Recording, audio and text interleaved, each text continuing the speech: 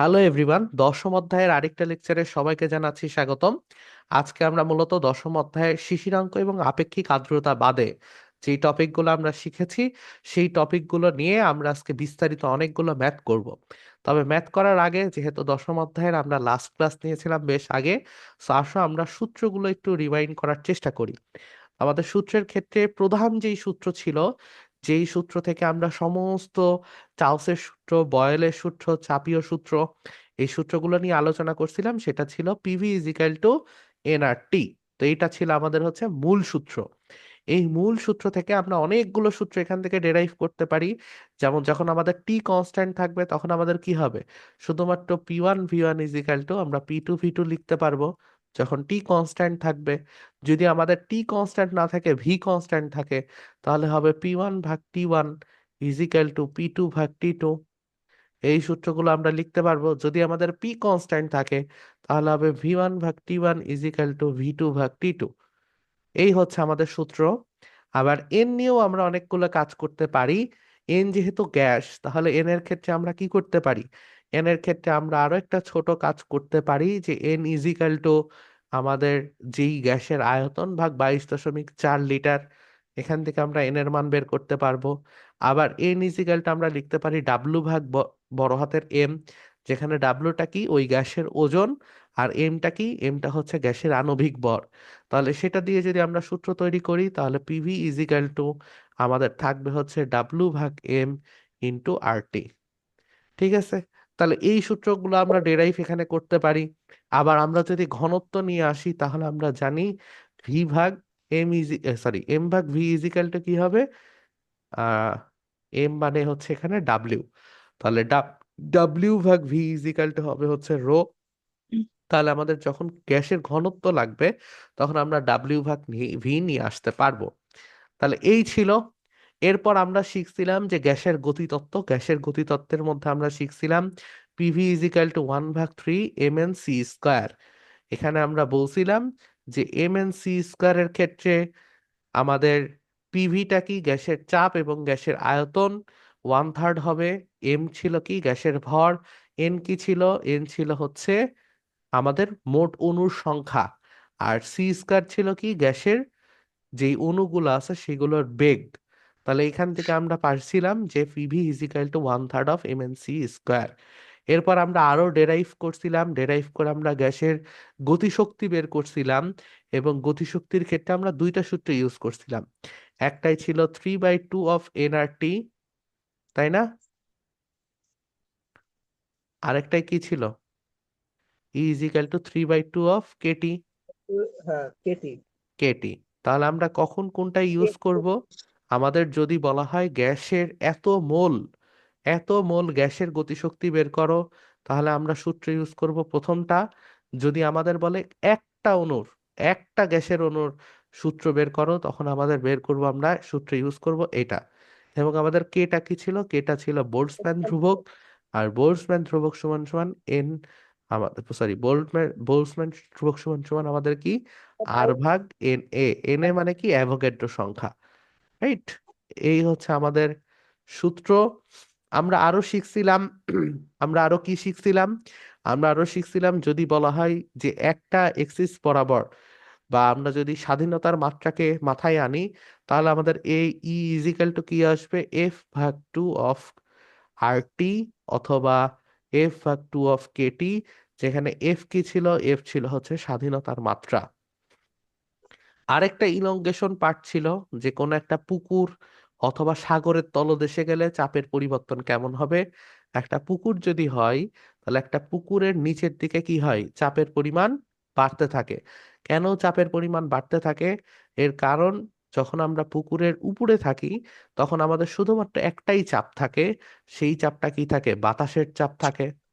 কিন্তু যখন আমরা পুকুরের একদম তলদেশে যাওয়া শুরু করি, তখন আমাদের দুইটা চাপ অ্যাড হয়। এক, সেখানে আমাদের পুকুরের বাতাসের চাপ তো থাকেই, প্লাস উপরে যেই পানিটা আছে সেই পানির চাপও থাকে। তাহলে এই দুই চাপ মিলে আমাদের চাপ কি হয়ে যায়, যদি পুকুরের উপরে চাপ হয় P1, তাহলে আর পুকুরের নিচের চাপ হয় P2। তাহলে আমাদের P2 সমান সমান হয় বাতাসের চাপ P1 প্লাস H ρg। এখানে ঘনত্ব যত বেশি হবে চাপ তত বৃদ্ধি পাবে, যত বেশি গভীরতা বৃদ্ধি পাবে তত বেশি চাপ পাবে। তাহলে যেহেতু পুকুরের তলদেশে চাপের পরিমাণ বেশি, যদি আমরা চিন্তা করি যে পুকুরের সব জায়গায় টেম্পারেচার সেম, তাহলে যদিও পুকুরের সব জায়গায় টেম্পারেচার সেম না, বাট গাণিতিকভাবে আমরা ধরে নিই যে সব জায়গায় হয়তো বা টেম্পারেচার কনস্ট্যান্ট, তাহলে আমরা দেখি যে পুকুরের নিচের দিকে যেহেতু চাপের পরিমাণ বেশি, তার মানে সেখানে আয়তন হবে কম, অর্থাৎ ভি টু হবে লেস। কার থেকে কম হবে? যেহেতু পুকুরের উপরে চাপের পরিমাণ বেশি, সরি চাপের পরিমাণ কম, তাহলে আয়তন হবে কম। ঠিক আছে? তাহলে এখান থেকে আমরা বিভিন্ন এইচ গভীরতার ক্ষেত্রে চাপ এবং আয়তনের কি সম্পর্ক, সেগুলো আমরা কি করতে পারি, ভেবে দেখতে পারি বা বের করতে পারি। ঠিক আছে? তাহলে এই ছিল সূত্রের মোটামুটি আমাদের রিক্যাপ। এগুলো নিয়ে ডেরিভেশন নিয়ে আলোচনা করা হয়েছে। ঠিক আছে? কেউ যদি ডেরিভেশন না বুঝে থাকেন, তাহলে অবভিয়াসলি ডেরিভেশন বা কিভাবে সূত্রের প্রমাণ আসলো সেটা বুঝতে হবে, না হলে সূত্রের অ্যাপ্লিকেশন বুঝতে পারবেন না। প্রথম কাজ ডেরিভেশন বোঝা, তারপরে আমাদের ম্যাথটা বুঝতে হবে। তাহলে এখন আসেন আমরা ম্যাথ শুরু করব। আমরা টানা মোটামুটি 15 থেকে 16টা ম্যাথ করব, এবং তাহলে আমাদের এই যত আপেক্ষিক আর্দ্রতা বাদের যত ম্যাথ আছে সবগুলো এই স্লাইডের মধ্যে ইনক্লুডেড করা আছে, regarding board question, test paper question এবং ইঞ্জিনিয়ারিং কোশ্চেন, সবগুলো এই স্লাইডের মধ্যেই অ্যাড করা আছে। শুধু এমসিকিউ নাই, এমসিকিউ আমরা পরে শিখবো, সমস্যা নাই। সিকিউ শিখলে এমসিকিউ এমনি অনেকটা পারবো আর কি। তো আসেন শুরু করি। বলছে দুইজন শিক্ষার্থী একটি দ্বীপে বেড়াতে যেয়ে পাশাপাশি অবস্থিত দুইটি পুকুরের বায়ু বুদবুদ পর্যবেক্ষণ করলো। বায়ুমণ্ডলের চাপ দেওয়া আছে 10⁵ আমরা জানি 10⁵ সমান সমান কি, 1 বার, তাই না?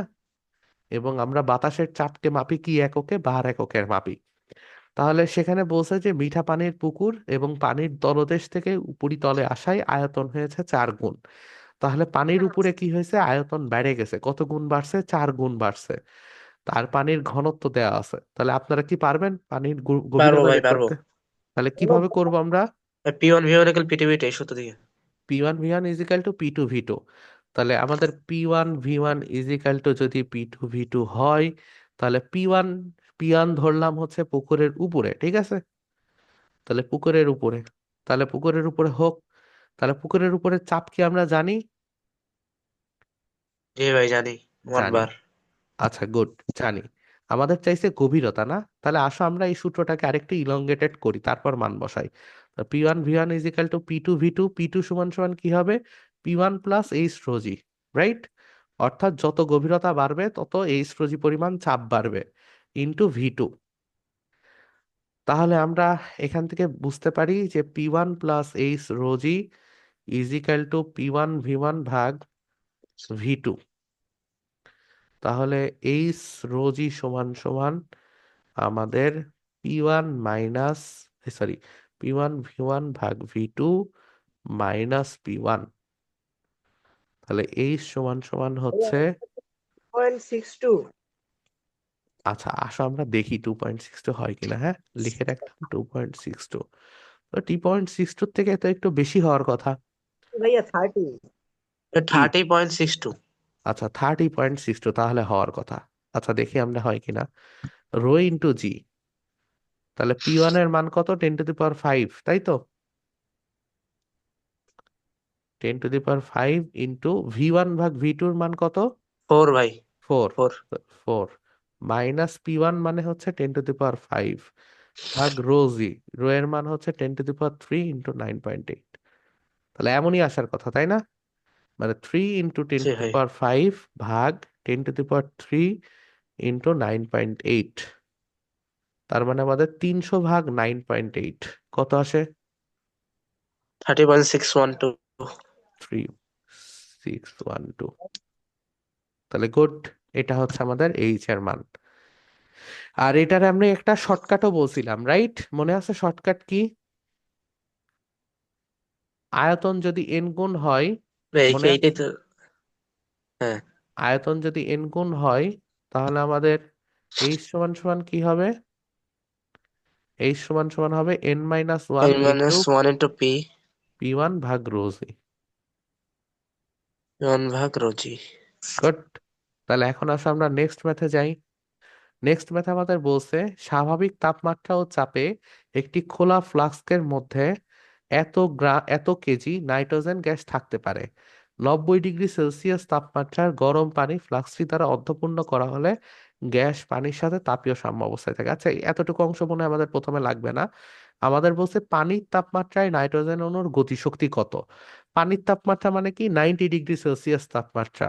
তাহলে আমাদের মেইনলি আমরা জানি যে গতিশক্তি বের করতে গেলে শুধুমাত্র একটাই এলিমেন্ট লাগে। সেটা কি এলিমেন্ট লাগে? ভাইয়া যে টি লাগবে আর আর লাগবে। এই আমাদের শুধুমাত্র টি লাগবে, তাই না? আর আর তো আমরা জানি টি হ্যাঁ কনস্ট্যান্ট। আর হ্যাঁ আর। তাহলে আমাদের টি, হ্যাঁ, এখানে তো একটি অণু চাইছে, তাহলে 3/2 ইন্টু কেটি হবে মনে হয়। হ্যাঁ এই তো, তাহলে সরি গুড। সরি, একটি খেয়াল মানে করিনি হচ্ছে, প্রশ্ন। আচ্ছা তাহলে একটি মানে হচ্ছে ইকে ইজিক্যাল টু 3/2 অফ কেটি। তাহলে বসাও। কে এর ভ্যালু একটু মুখস্থ রাখবা, বুঝছো? আর ভাগ এনে। তাহলে এখানে আর ভাগ এনেও বসাই দিতে পারো। 3/2 অফ আর বাই এনে। আর এর মান ভাইয়া কত? 5 পয়েন্ট। 5 পয়েন্ট আসার কথা না। 5 পয়েন্ট অ্যান্সার আসার অ্যান্সার কথা, ভাইয়া। হ্যাঁ আনসারই তো 5 পয়েন্ট আসার কথা না। আচ্ছা, আর এর ভ্যালু কত? 8 পয়েন্ট, বলো। Molar eight gas point three ধ্রুবক ওয়ান 8.314 ভাগ এনে। এনে মানে কত? 6.023 ইন্টু 10⁻23, রাইট? Into temperature. ভাই 7.5 ইন্টু 10⁻²1। ফাইভ পয়েন্ট আসে না। এইটা বের করো, কত আসছে? 7 পয়েন্ট, 5 ইন্টু 10⁻²1। এরকমই আসার কথা। দেখো তো ঠিক আছে কিনা মাসুম। এটার ভাইয়া একক আবার তো কি চেক হবে? করতে। ভাইয়া এখন জুল। জুল। সাবাস, একক জুল হবে। এই জন্য মোলার গ্যাস ধ্রুবকও কিন্তু আমাদের কিসে নিতে হবে? জুল পার মোল পার জুল পার কেলভিনে মোল নিতে পার হবে। কেলভিনে। গুড। তাহলে পারা যাবে। জি ভাই, যাবে। আচ্ছা বলো দেখি কে এর একক কি? কে এর একক হবে মোল। কে তো কোনো ইয়াই নেই। দাদা দাদা, আছে আছে, joule per kelvin. Joule per kelvin. Mole কোথায় হারাই গেল? Joule per kelvin. মোল কোথায় হারাই গেল? ওর মোল তো নিচে নিচে কাটাকাটি গেছে, কাটি কুটি। সাবাস। এই এনে মানে কি? অ্যাভোগাড্রো সংখ্যা মানে কি? কে- 1 মোল। ঠিক আছে। এক তাহলে মোল। এই জি কারণে ভাই, কে কাটাকাটি এর চলে একক কি গেছে। হবে? জুল পার কেলভিন জুল হবে। Per kelvin. আচ্ছা গুড। তাহলে এখন এটা কিন্তু খুব ইম্পর্টেন্ট, জুল পার কেলভিন। এটা খুবই ইম্পর্টেন্ট, এটা এমসিকিউ তে আসবেই। ঠিক আছে, যে কোনো একটা জায়গায় এটা ফেস করবা। আচ্ছা, হ্যাঁ, তাহলে এগুলোই আসো। আছে দেখি অ্যাভেলেবেল। হ্যাঁ, এটা আসবে আর কি, জুল পার কেলভিনটা আসবে। আচ্ছা তারপরে কি বলছে? গরম পানি দ্বারা, ওই সেম ম্যাথ, যে একটা ফ্লাস্কের মধ্যে এত কেজি নাইট্রোজেন গ্যাস আছে। এখন আমাদের বলছে 90 ডিগ্রি সেলসিয়াস তাপমাত্রায় গরম পানি দ্বারা ফ্লাস্কটি অর্ধপূর্ণ করা হলে গ্যাস পানির সাথে তাপীয় সাম্য অবস্থায় থাকে। তাপীয় সাম্য অবস্থায় থাকা মানেটা কি? সম্পৃক্ত। না না রে বাবা, গ্যাসীয় তাপীয় সাম্য অবস্থায়। তাপীয় সাম্য অবস্থায় মানে হচ্ছে দুইজনের টেম্পারেচার সেম। ও হ্যাঁ। বুঝছো? তাপীয় সাম্য অবস্থায় থাকা মানে কি দুইজনের টেম্পারেচার সেম। তাহলে এখন আমাদের বলছে যে কিছু গ্যাস আছে, সেই গ্যাসকে কি করা হয়েছে? ফ্লাক্সটাকে অর্ধপূর্ণ পানি দ্বারা করার পরে সেখানে গ্যাস ঢোকানো হয়েছে, এবং গ্যাসের টেম্পারেচার পানির টেম্পারেচারের সেম। এখন আমাদের কি প্রশ্ন করছে? গরম পানি দ্বারা অর্ধপূর্ণ করার পর পূর্বের অর্ধেক পরিমাণ গ্যাস ধারণ করবে না। মানে এই যে গরম পানি দ্বারা যখন আমি অর্ধপূর্ণ করে গ্যাস ঢোকাবো, তখন এই ভরেরও অর্ধেক ভরের গ্যাসও ওই ফ্লাক্সের মধ্যে জায়গা দেওয়া সম্ভব না। কথা কি বুঝতে পারছো? বুঝাই। তাহলে 1.32 ইন্টু 10⁻³ কেজির মধ্যে হাফ গ্যাসকেও কি করা সম্ভব না? ওই ফ্লাক্সের মধ্যে জায়গা দেওয়া সম্ভব না। তাহলে এই অঙ্কটা আমরা করব কিভাবে? একটু ধারণা দাও তো, একটু পজ নিয়ে চিন্তা করে বলো। চাপ বের করবো, চাপ বের করে তারপর আয়তন দিয়ে করতে হবে প্রথম ক্ষেত্রে, তারপর গরম পানি নেওয়ার পর আয়তন বের করতে হবে, তারপর যা হবার হবে। বাবারে, এখানে তো চাপ যে তুমি বের করবা, চাপ তো দেয়াই আছে। এবং স্বাভাবিক তাপমাত্রা এবং চাপ, তাহলে স্বাভাবিক তাপমাত্রা এবং চাপ মানে কত? স্বাভাবিক তাপমাত্রার চাপ হচ্ছে যে 101325। এখানে P1V1/T2 T1 = P2V2/T2 দিয়ে করতে হবে প্রথমে। আচ্ছা দেখো রে বাবা, এটা 1 atm, আর চাপ মানে কত? আর ওটা সরি, চাপ মানে 1 atm, আর টেম্পারেচার মানে কত? 273 0 কেলভিন। ডিগ্রি মানে 273 কেলভিন। গুড। আচ্ছা এখন তোমরা কি বললে আরেকজন? P1V1/T1 = P2V2/T2। আহ, তোমার যখন হচ্ছে খোলা ফ্লাক্সের মধ্যে থেকে যখন আমি পানি দিয়ে দিলাম, পানি দেওয়ার পর যখন সেখানে গ্যাস আমি ঢুকাবো, ঠিক আছে, তখনও তো আমার কি করা যায়, তখনও তো আমার টেম্পারেচার শুধুমাত্র চেঞ্জ হচ্ছে, বাকি P1 V1 তো চেঞ্জ হচ্ছে না। তবে আমরা আয়তন বের করি। আয়তন বের করতে চাও? আয়তন বের করে করলেই তো হবে, তারপর দেখতে হবে অতটুকুর জন্য কি হয় আমার আয়তন বের করা লাগবে। এখানে আয়তন তো বলাই তো আছে অর্ধপূর্ণ করা, অর্ধপূর্ণ করা। বিভিন্ন ভাবে কাজ করতে হবে। দেখো তাহলে একটু চিন্তা করো দেখি কি করতে হবে। পিভি করে ইনারটি দিয়ে এখানে আহ টিভি M/M এখানে ছোট এম এর মান বের করতে হবে। হ্যাঁ এটা হইতে পারে। হ্যাঁ, ছোট এম এর মান বের করতে হবে।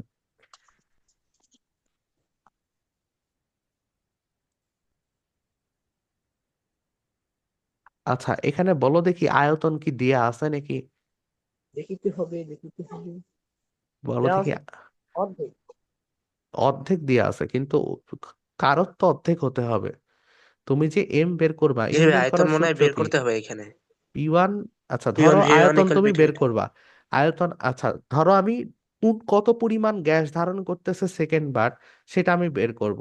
তাহলে সেটা সূত্র কি? ধরো নাও সেটা সেকেন্ড স্টেজের কথা আমি বলতেছি, যে প্রথমে আমার কত ভরের গ্যাস ছিল? প্রথমে আমার গ্যাস ছিল হচ্ছে 1.32 × 10⁻³ এই তো পরিমাণ গ্যাস ছিল, ঠিক আছে, মেনে নিলাম। আর সেকেন্ড ক্ষেত্রে W2 কতটুকু আছে, অর্থাৎ পানি দ্বারা অর্ধপূর্ণ করার পরে ওই ফ্লাক্সের মধ্যে কতটুকু আয়তনের, কতটুকু ভরের গ্যাস থাকতে পারে, সেটা তো আমরা জানি না, সেটা আমরা ধরো বের করব। তাহলে নাইট্রোজেন যেহেতু, তাহলে তার আণবিক ভর আমি জানি। তাহলে M = কত হবে? 28 × 10⁻³ এটা নিয়ে কি কোনো দ্বিমত আছে? অবশ্যই না। অবশ্যই না। তাহলে W2 আমাদের বের করতে গেলে সেকেন্ড স্টেজের P2V2 = M × RT 2, এটাই তো বের জি করতে ভাই, এই হবে। সূত্র। তাহলে আমাদের W2 সমান সমান কি হয়? W2 সমান সমান আমাদের M × P2V2/R × T2 হয়। হয়তো? ঠিক আছে? সূত্র কি জি ঠিক ভাই। আছে? আচ্ছা, জি ভাই, সূত্র ঠিক আছে। সূত্র যদি ঠিক থাকে, এম এর ভ্যালু আমি জানি, এম এর ভ্যালু আমি জানি, তাই তো? P2 এর ভ্যালু আমি জানি, যে সেকেন্ড ক্ষেত্রেও আমাদের চাপ কি হবে, চাপ তো চেঞ্জ হবে তা তো বলে নাই। তাহলে চাপ আমি জানি সেটা 1 atm হবে বা 101 325 প্যাসকেল হবে, এটাও আমি জানি। আর এর ভ্যালু জানি, T2 এর ভ্যালু জানি, কিন্তু V2 এর ভ্যালু কি আমরা জানি? বলো দেখি, না ভাই, ওটাতে বের করতে হবে। কারোর P1 মাথায় V1 যদি equal বুদ্ধি P2V2 দিয়ে। থাকে তাহলে বলতে পারবা যে V2 এর ভ্যালু আমি জানি। কারোর মাথায় যদি বুদ্ধি থাকে, এখানে V2 এর ভ্যালু বলা আছে, কত বলা আছে বলো? অঙ্কটা একটু পড়ো, পড়ে বলো আমাকে V2 এর ভ্যালু কত দেয়া আছে। বাইশ দেওয়া পয়েন্ট আছে চার কত? 22.4। 22.4। 22.4? এটা কোথায় পাইলা? এখানে তো বলে নাই 1 মোল গ্যাস আছে।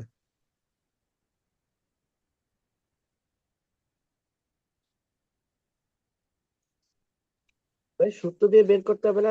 W/M = N/, 22.4, এই সূত্র দিয়ে বের করা যাবে না? লাগবে না। এখানে দেখো ওই বলাই আছে লিটার ফ্লাক্স। হুম। লিটার ফ্লাক্স মানে কি? এই যে লিটার ফ্লাক্স এক মানে কি? Litre 1 litre. তাহলে এখানে V2 এর ভ্যালু কত হবে? 1 লিটার। 1 লিটার হবে? পানি তো অর্ধেক দ্বারা পূর্ণ করিছো। ও, তাহলে এক V2 সেটাই তো। এর ভ্যালু কত হবে? Zero point half five litre. Litre না? কিন্তু লিটার এককে বসালে কি হবে? তুমি এই আণবিক ভর বসাচ্ছ কেজিতে, পি বসাচ্ছ তুমি প্যাসকেলে, মানে সব এসআই এককে তুমি বসাচ্ছ, তাহলে তোমাকে ভি2 কিসে বসাতে হবে? তাহলে তোমাকে ভি2 কিসে বসাতে হবে? এখানে যদি অনুপাত বের করতাম তাইলে? মিটার কিউবে বসাতে হবে। অনুপাত বের করলে কি হইতো আমরা পরে বলতেছি।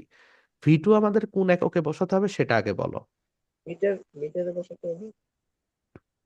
মিটার কিউবে বসাতে হবে। 1 গুণ 10 টু দি মিটার পাওয়ার কি হবে? -3। তাহলে মিটার কিউবে রূপান্তর করার উপায় কি? 1 গুণ 10 টু দি পাওয়ার -3 দিয়ে করবো। সাবাস, তাহলে এটার সাথে 10⁻³ গুণ হয়ে যাবে। তাহলে আমাদের কিসে আসবে? মিটার কিউবে আসবে। এখন তোমার কথায় আসি, হ্যাঁ, তোমার কথায় আসি, যে ভাই অনুপাত দিয়ে করলে কি হইতো না? উত্তর হচ্ছে হ্যাঁ হইতো, তবে উত্তর মনে হয় না আমার সেম হতো। মানে অঙ্ক এত ভাবনা চিন্তা করে মনে হয় না দিছে, তখন উত্তর ভ্যারি করার কথা। কেন ভ্যারি করার কথা? দেখো ভাই, যেখানে আচ্ছা একটা জিনিস একটু চেক দিতে পারো, যে উত্তর ঠিক আছে কিনা চেক দিতে পারো। দেখো তো, স্বাভাবিক তাপমাত্রা এবং চাপে তোমার 1 মোল গ্যাসের আয়তন কত হওয়ার কথা?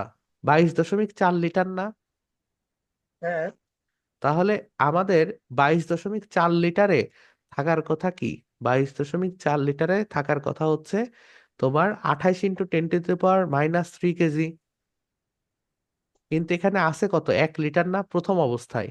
তাহলে 1 লিটারে থাকবে কতটুকু? 28 × 10⁻³ ভাগ 22.4। দেখো তো 28 ভাগ 22.4-এর মান কত আসে? যদি 1.32 আসে, তাহলে এটার মান ঠিক দেওয়া আছে। দেখো তো 1.32 কি আসে 28 ভাগ 22.4?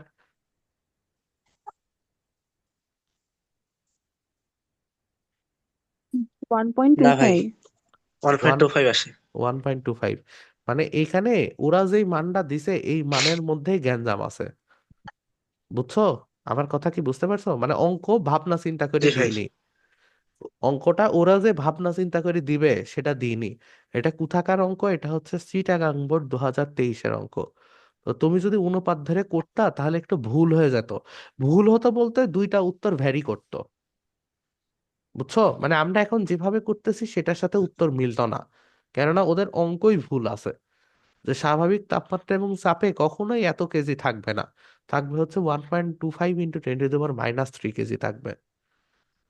বুঝা কি গেছে? ভাই আপাতত। আচ্ছা, আপাতত যদি বোঝা যায় তাহলে এই এই হিসাবে যদি ম্যাথটা করো, দেখো কি ম্যাথ আসে আর কি। আহ এটা একটু করে দেখো। তাহলে এম এর ভ্যালু কত আসে? এম এর ভ্যালু আমরা বসাবো হচ্ছে 28 × 10⁻³ পি2 এর ভ্যালু আমরা বসাবো হচ্ছে 101 325। ভি এর ভ্যালু আমরা বসাবো, ভি এর ভ্যালু বসানোর আগে আমি এতটুকুকে সাইড করি,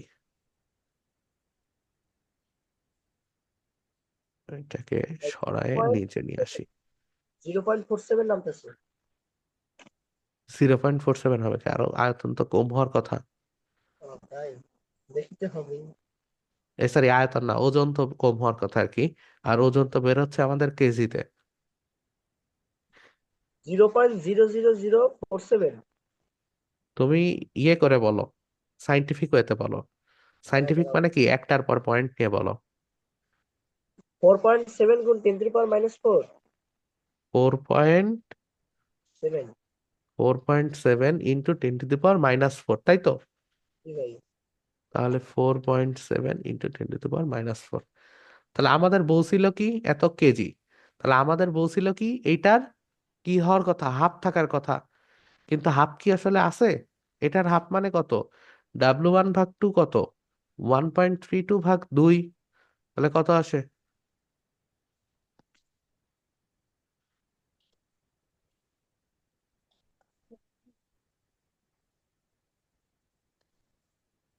ভাই 6.66 ইন্টু 10⁻⁻4। 10⁻⁻4 এত হওয়ার কথা ছিল, কিন্তু আমাদের হয়েছে কত? এত। তাহলে নিশ্চয়ই হাফ পরিমাণের থেকেও কি আছে? অল্প আছে না? তো জি ভাই। মন্তব্যটা কি সঠিক? তাই তো, যে গ্যাস আসলে ধারণ করবে না, রাইট? তাহলে পারা যাবে। আপাতত যাবো। আচ্ছা, অনুপাত দিয়ে করলে কি ভুল হতো? বলো দেখি। যদি আমি অনুপাত দিয়ে ভাই আমার করতাম, আসে 4.9। অনুপাত দিয়ে করলে সে 4.96। 4.9, সেটা কি ভুল হতো? ভুল হইতো না ভাই, কিন্তু ভুল ও- হইতো না, ভুল হইতো না। কিন্তু কেন দুইটার উত্তর সেম আসতেছে না? সেম না আসার কারণ হচ্ছে এরা অঙ্ক ভুল দিছে। বুঝতো কথা? অনুপাত দিয়ে করলেও ভুল যাবে না, কিন্তু এখানে কেন উত্তর দুইটা সেম আসতেছে না? এর কারণ এই ডাটাটা আসলে ওরা ভুল দিছে। ক্লিয়ার? আসো আমরা নেক্সট অঙ্কে মুভ করি। দেখো তো, গড় বর্গবেগ নির্ণয় করতে পারো কিনা? সিআরএমএস বেগ বের করতে বলছে।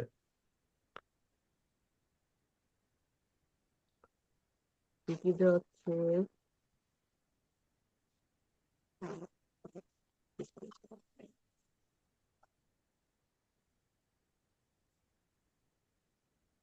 তাহলে সিআরএমএস বেগ আমরা নির্ণয় করব কোন সূত্র দিয়ে? এই আরটি, এটা রুট ওভার ভাই RT √3RT/m। Root three over R 3RT/m। তাহলে সিআরএমএস বেগ নির্ণয়ের সূত্র কি ছিল? √3RT/m। এমটা কি ছিল? তো ভাই নাইট্রোজেন গ্যাস হচ্ছে যে এই আঠা গ্যাসের ভর কেজিতে। আঠা গ্যাসের ও ভর কেজিতে, কিন্তু কি ভর? কি ভর? যে কোনো ভর, এটা যতটুকু মোলার ভর। মোলার ভর বা আণবিক ভর, তাই না? তাহলে আণবিক ভর জি কিসে? ভাই। কেজিতে বসাতে হবে। তাহলে সিআরএমএস বেগের মান বের করো। তাহলে অবশ্যই অবশ্যই কেজিতে কেন বসাইতে হবে? কারণ বেগ মিটার পার ভাই সেকেন্ড। আরটি সবই তো SI এককে নিচ্ছি। গুড। মানে একা সে এসআই এককে নিতে হবে। তাহলে সিরিয়াস সিআরএমএস বেগ বের করো। কত আসে? RT 3 × 8.314 into T. টি এর ভ্যালু কত? এভাবে 27 ডিগ্রি। 300 ভাইয়া কেলভিন। ফাইভ ভাই ওয়ান ক্যালিফিরে সিক্স 300 না? পয়েন্ট নাইন ফাইভ কি বলেন আপু? বললাম 5 1 মানে অ্যান্সার হচ্ছে 516.95 516.95। 95। হ্যাঁ, এমনই আসার কথা, জি এমনই ভাই আসার এটাই কথা। আসে। আচ্ছা, গুড। আর এম এর ভ্যালু আমরা কত বসাবো? 28 × 10⁻³ গুড। তাহলে এই ছিল আমাদের সিআরএমএস বেগ। তাহলে আসো নেক্সট আমরা অঙ্কে যাই। আচ্ছা, এটা কোন বোর্ডে ছিল? এটা ছিল হচ্ছে দিনাজপুর বোর্ড। দিনাজপুর বোর্ডের 2023-22 সালের ম্যাথ, আমাদের বেলার ম্যাথ। গুড। তাহলে আসো পরের। নাইট্রোজেন গ্যাস দ্বারা 20 atm চাপে 27 ডিগ্রি সেলসিয়াস তাপমাত্রায় ভর্তি করা হলো। এরপর অর্ধেক ভরের গ্যাস বের করে দেওয়া হলো এবং অবশিষ্ট গ্যাসের তাপমাত্রা 87 ডিগ্রি সেলসিয়াস বাড়ানো হলো। পরবর্তীতে অবস্থায় গ্যাসের চাপ পূর্বের গ্যাসের চাপের তুলনায় কম নাকি বেশি হবে? তাহলে এটা অনুপাত দিয়ে করতে হবে নিশ্চয়ই। জি ভাই। দুইটা ক্ষেত্রে আরএমএস বের করে তারপর করা যায় না ভাইয়া? কি দুইটার ক্ষেত্রেই তুমি চাপ বের করবা, তাই তো? সিআরএমএস বের করে তারপর অনুপাত যদি করি। এই সিআরএমএস কেন বের করবা? সিআরএমএস তো মানে গ্যাসের গতিবেগ। গতিবেগের ক্ষেত্রে তাপমাত্রা, এই গতিবেগের সাথে চাপের সম্পর্ক কি? তার তো একটা ব্যাপার। তুমি এটা বলতে পারো যে পিভি ইজিক্যাল টু এনআরটি সূত্র দিয়ে আমি দুই ক্ষেত্রেই চাপ আর আয়তন বের করব। সেটা হলেও কথা ছিল যে এখান থেকে আয়তন বের করে এখানে বসায় তারপর আমি আবার চাপ বের করব। বাট সেটা তো আমার দরকার নাই, বুঝছো? মানে সেটা করলে আরো ক্লাস লেন্দি করতেছি। হবে। তাহলে আমাদের তাহলে আমাদের সব থেকে শর্টেস্ট ওয়ে কি? শর্টেস্ট ওয়ে হচ্ছে অনুপাত নিয়ে কাজ করা।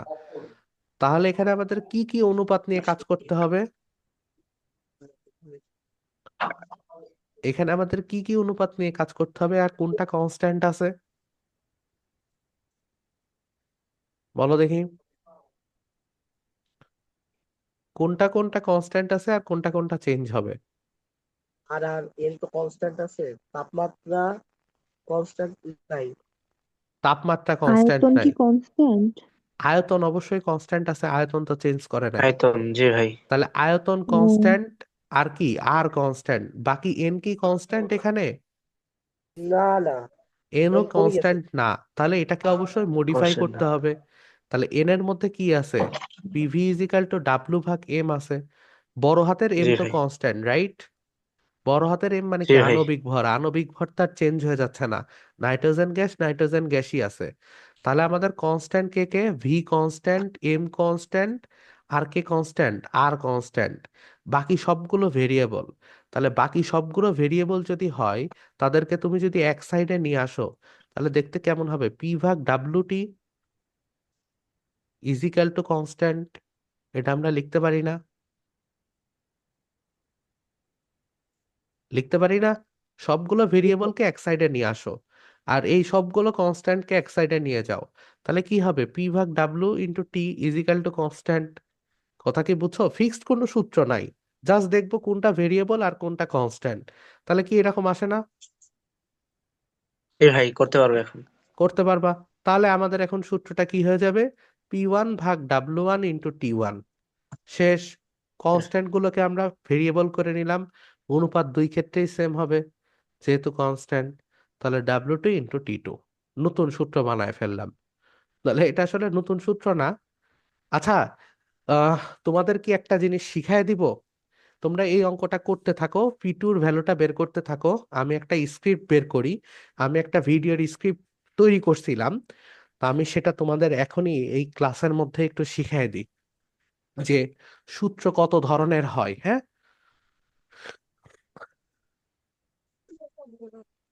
আমি ভাবছিলাম পার্টিকুলার আরেকটা ভিডিও বানাবো, বাট আরেকটা ভিডিও আসলে কবে বানানো হবে অলসতার কারণে সেটা আসলে শিওর যেহেতু না, তো তোমাদেরকে আমি শিখাই দিই।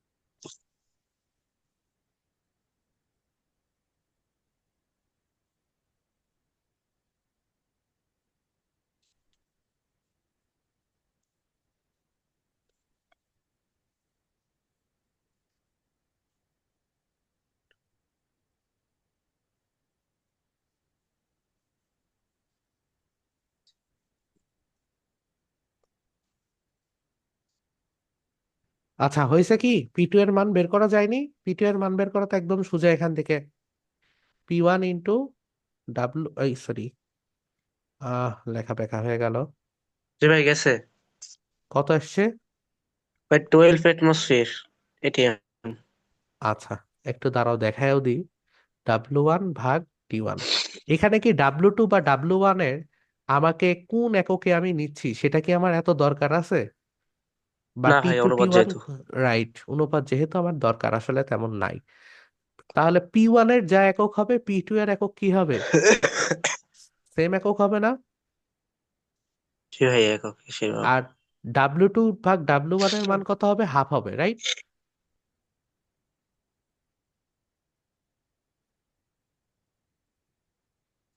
টি টু এর ভ্যালু কত হবে বলো দেখি? ভাই এই 360 360 হবে। কেলভিন। তাহলে 360 হবে, আর এখানে ডাব্লু টু ভাগ ডাব্লু ওয়ান এর ভ্যালু হবে হচ্ছে হাফ। তাহলে নিচে 2 দিব। এটা টি ওয়ান, টি ওয়ান ছিল কত? 300। 300 জি ভাই।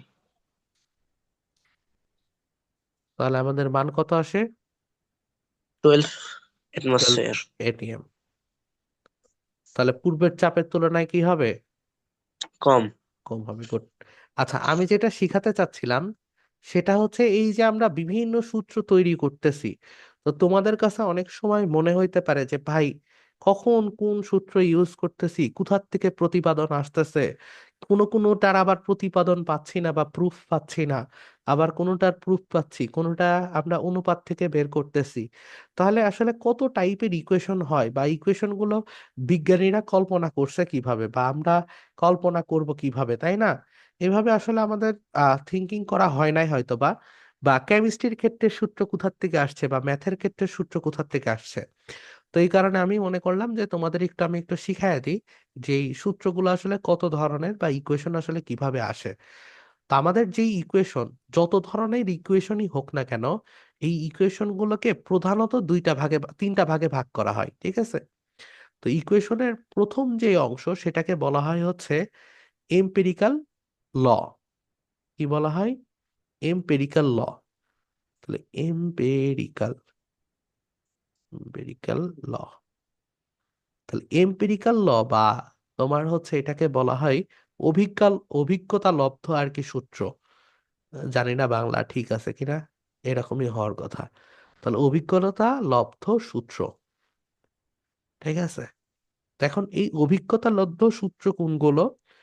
ধরো এইটার কোনো ফিক্সড মেকানিজম নাই, মানে কোনো একটা ম্যাথমেটিক্যাল ইকুয়েশন থেকে এম্পিরিক্যাল ল আসে না।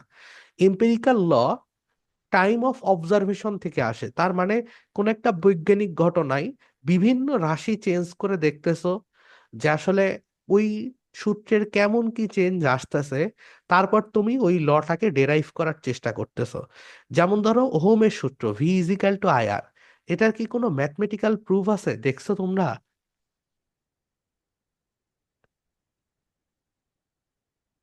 এটার কি কোনো ম্যাথমেটিক্যাল প্রুফ দেখছো কখনো, যে ভি ইজিক্যাল টু আই আর কেমনে হয়? না, না। হয় না কিন্তু। তাহলে ভি ইজিক্যাল টু আইআর, এই পুরো সূত্রটা তাইলে ওহম বানাইলো কেমনে? সে প্রতিবার এক একবার তড়িৎ প্রবাহের মান চেঞ্জ করছে, রেজিস্ট্যান্স এর মান চেঞ্জ করছে, মান চেঞ্জ করে সে প্রতিবার ভোল্টেজের মানকে কি করছে, লক্ষ্য করছে। যখন সে দেখছে যে এটা একটা লিনিয়ার সম্পর্ক তৈরি করছে, মানে ভি তড়িৎ প্রবাহের সাথেও একটা লিনিয়ার সম্পর্ক তৈরি করছে। লিনিয়ার সম্পর্ক মানে কি? সমানুপাতিক সম্পর্ক তৈরি করছে। যে 2 অ্যাম্পিয়ার দিলে ভোল্টেজও 3 অ্যাম্পিয়ার, মানে 4 অ্যাম্পিয়ার হচ্ছে। 4 যদি আমি অ্যাম্পিয়ার দিই তাইলে ভোল্টেজ 8 ভোল্টেজ শো করতেছে। অর্থাৎ এই চেঞ্জটা হচ্ছে কি হিসাবে? সমানুপাত হিসাবে। তখন ও একবার বসাইছে ভি ভেরিজাস আই। আবার ধরো রেজিস্ট্যান্স বারবার চেঞ্জ করছে, একবার 2 ওহম দিয়ে ভোল্টেজ দেখছে, 4 ওহম দিয়ে ভোল্টেজ দেখছে, 8 ওহম দিয়ে ভোল্টেজ দেখছে। দেখে দেখছে যে সমান অনুপাতে রেজিস্ট্যান্সের সাথে সাথেও ভোল্টেজটা কি হচ্ছে, চেঞ্জ হচ্ছে। এবং কেমন হারে চেঞ্জ হচ্ছে? সমান অনুপাতে চেঞ্জ হচ্ছে। সেখান থেকে ও কি করছে, ভি ইজিক্যাল টু আইআর সূত্রটা ডেরাইভ করছে, যেটার কোনো কিন্তু ম্যাথমেটিক্যাল বেস নাই। ঠিক আছে? এটা টোটালি ডিপেন্ড করতেছে কার উপরে? পরিবর্তন বা চেঞ্জেস, এটাকে লক্ষ্য রাখে। এই জাতীয় লকে বলা হয় হচ্ছে এম্পিরিক্যাল ল। এই অধ্যায়েও একটা এম্পিরিক্যাল ল তোমরা দেখতে পারবা, যখন এর পরের পার্টে কালকের লেকচারে তোমরা দেখতে পারবা। সেটা আমরা শিশিরাঙ্ক যখন বের করব, তখন একটা সূত্র আছে যে থেটা মাইনাস থেটা ওয়ান, আমি জাস্ট এখন বলে রাখছি, এরপরে দেখতে পারবা যে into G into theta one minus theta two. এটা জাস্ট শিশিরাঙ্ক বের করার জন্য আমরা এই ইকুয়েশন বের করি। তাহলে এইটাও হচ্ছে কিরকম ল? এটাও হচ্ছে একটা এম্পিরিক্যাল ল। ঠিক আছে? যেই এম্পিরিক্যাল ল এর কোনো ম্যাথমেটিক্যাল বেস নাই। 2 নাম্বার আরেকটা ল আছে, যেইভাবে আমরা সূত্র বা ইকুয়েশন পাই, সেটাকে বলা হয় হচ্ছে থিওরিটিক্যাল বা ফার্স্ট প্রিন্সিপাল।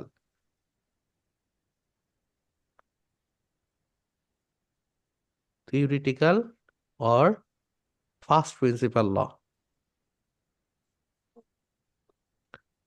ফার্স্ট প্রিন্সিপালস, ঠিক আছে? থিওরিটিক্যাল ল বা ফার্স্ট প্রিন্সিপালস ল। তাহলে এই ল গুলো কি? এইগুলো পুরোপুরি হচ্ছে ম্যাথমেটিক্যাল বেসড। যেমন ভরবেগ, ভরবেগের সাথে টাইমের চেঞ্জ, এটাকেই মানে কি ইনার্শিয়ার চেঞ্জটাকেই আমরা বলবো বল। পার টাইমে ইনার্শিয়ার চেঞ্জটাকেই আমরা বলবো বল। দেখো এই যে যে বলটা তৈরি হয়েছে, এই বল কি আদৌ বল বলতে কোনো কিছু এক্সিস্ট করতো? উত্তর হচ্ছে না। বলটা তৈরিই করা হয়েছে লয়ের সূত্র দিয়ে। অর্থাৎ এমন ভাবে রাশিগুলোকে বানানো হয়েছে, বল, ভরবেগ, ঠিক আছে? গতির সূত্রগুলো এমন ভাবে বানানো হয়েছে যেটা হচ্ছে পিওর ম্যাথমেটিক্স এর উপর ডিপেন্ড করেই এদেরকে কি হয়েছে, এই রাশিগুলোর উদ্ভব ঘটানো হয়েছে, বা মেজারমেন্টটাকে সুবিধা করার জন্যই আমাদের এই রাশিগুলোর উদ্ভব ঘটানো হয়েছে। সো ফোর্সের ধারণা, ফোর্সের পরিমাণ, যেমন এই যে ফোর্সের ক্ষেত্রে 1 নিউটন আমরা সমান করে দিই, তাই না? কনস্ট্যান্টটার মান 1 ধরে নিই। এগুলো কি? এগুলো হচ্ছে গাণিতিক সুবিধা দেওয়ার জন্য থিওরিটিক্যালি আমরা রাশিগুলোকে অ্যাডাপ্ট করি। এইটাকে বলা হয় হচ্ছে থিওরিটিক্যাল বা ফার্স্ট প্রিন্সিপাল ল। এমন কোন কোন সূত্র আছে, যেমন ভরবেগের সংরক্ষণশীলতার সূত্র। সেই সংরক্ষণশীলতার সূত্র কি হবে? মোমেন্টাম। তাহলে ওই যে মোমেন্টাম রিজার্ভেশন ল বা এরকম সামথিং বলে, তাহলে মোমেন্টামের ল গুলো বা মোশনের ল গুলো সবই হচ্ছে কি? সবই হচ্ছে থিওরিটিক্যাল বা ফার্স্ট প্রিন্সিপাল ল। আরো কি আছে, যেমন ধরো F equal to G M M ভাগ আর স্কয়ার, ঠিক আছে? এটাকেও বলা হয় কি? এটাও হচ্ছে theoretical law. R E is equal to MC square, এগুলো সব কি গাণিতিক রূপ থেকে আসছে, ঠিক আছে? গাণিতিক প্রমাণ থেকে আসছে। অনেক বড় একটা প্রমাণ, সেখান থেকে ইজিক্যাল টু এমসি স্কয়ার আসছে। বাট মজার বিষয় হচ্ছে থিওরিটিক্যাল ল বা ফার্স্ট প্রিন্সিপাল ল এর বেজও কিন্তু আসলে এম্পিরিক্যাল ল। মানে সবার গডফাদার হচ্ছে এম্পিরিক্যাল ল। সবকিছু পর্যবেক্ষণ করা হয়েছে, সেখান থেকে একটা গাণিতিক রূপ আসছে। সেই গাণিতিক রূপকে আবার সাজায় সাজায় সাজায় সাজায় থিওরিটিক্যাল ল বানানো হয়। কথা কি বুঝতে পারছো? কথা কি বোঝা গেছে? Yes, ভাই।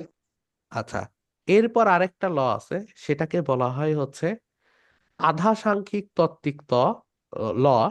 আধা সাংখ্যিক তাত্ত্বিক সূত্র আর কি। অথবা আমরা ইংরেজিতে সহজ ভাষায় এটাকে বলা হচ্ছে ফেনো ফেনোমেনোলজিক্যাল ল।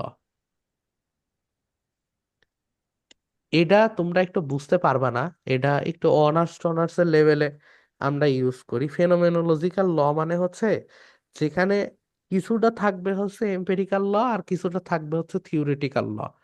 মানে এম্পেরিক্যাল প্লাস থিওরিটিক্যাল, এই দুইটা যোগফলে বানানো হয় যে ল। তো এটা তোমরা একটু বুঝতে পারবা না এই জাতীয় ল গুলো। একটু আমরা অনার্স লেভেলে ম্যাক্সিমাম ক্ষেত্রে আমরা এই ফেনোমেনোলজিক্যাল ল ইউজ করি। এই ধরো পানিতে কিরকম ঘর্ষণ আছে, ঠিক আছে? পাইপের মধ্যে পানি গেলে কি পরিমাণ ঘর্ষণ তৈরি হয়, এইসব ফ্রিকশন লটা আমরা যেগুলো ইউজ করি সবই ফেনোমেনোলজিক্যাল ল। শুধুমাত্র ফ্রিকশন না, আরো অনেক ক্ষেত্রেই আমরা এই ফেনোমেনোলজিক্যাল ল ইউজ করি, হ্যাঁ। তাহলে থিওরিটিক্যাল ল আরো অনেক ক্ষেত্রে আছে। বিভবের যে সূত্রগুলো আমরা ডিরাইভ করি, যে অসীম দূরত্বে বিভব আছে, ঠিক আছে? অসীম দূরত্বে বা একটা সিলিন্ডারের মধ্যে যদি সুষমভাবে চার্জ বন্টিত থাকে, সেটার যে সূত্র, এগুলো সব থিওরিটিক্যাল ল। এম্পিরিক্যাল ল হচ্ছে বেস, যেখান থেকে সূত্রগুলো ডেরিভেশন শুরু হয়, সেটা হচ্ছে এম্পিরিক্যাল ল। এই তো গেল। আরেকটা ধরনের ল আছে, সেটাকে বলা হয়, এটাই 3 ধরনের বেসিক ল। আর আরেকটা স্পেশাল ক্যাটাগরিতে আমরা ভাগ করতে পারি, যেটাকে বলা হয় হচ্ছে হিউরিস্টিক ল। হিউরিস্টিক ল কোনগুলো? হিউরিস্টিক ল হিউরিস্টিক ল মানে হচ্ছে এক্সিস্টিং লকে কোনোটাকে কনস্ট্যান্ট ধরে নিয়ে অনুপাত তৈরি করা। তাহলে রাইট। এই যে তোমরা এই যে ওই যে ও ধরতে পারছো যে P1 V1 is equal two P2 V2, ঠিক আছে? P1 V1 ভাগ T1 is equal two P2 V2 ভাগ T2, তাই না? বা আমরা এই যে যেই সূত্রটা কেবল ডেরিভেশন করলাম, এগুলো সবই কি? হিউরিস্টিক ল। অর্থাৎ এগুলো কিন্তু কোনো আলাদা ল না, এক্সিস্টিং কোন একটা ল, সেই এক্সিস্টিং ল এর কি করছে বলো দেখি? অনুপাত। এক্সিস্টিং লকেই জাস্ট একটু সাজায় টাজায় একটা অনুপাতে পরিণত করে আমাদের যে লর্ড আমরা ডেরাইভ করি, সেটাকে বলা হয় হচ্ছে হিউরিস্টিক ল। তো এই জিনিস কেন পড়াইলাম? এটা কি তোমাদের কাজে লাগবে? উত্তর হচ্ছে না, এটা পরীক্ষায় আসবে না, কিন্তু এটা মনের শান্তি।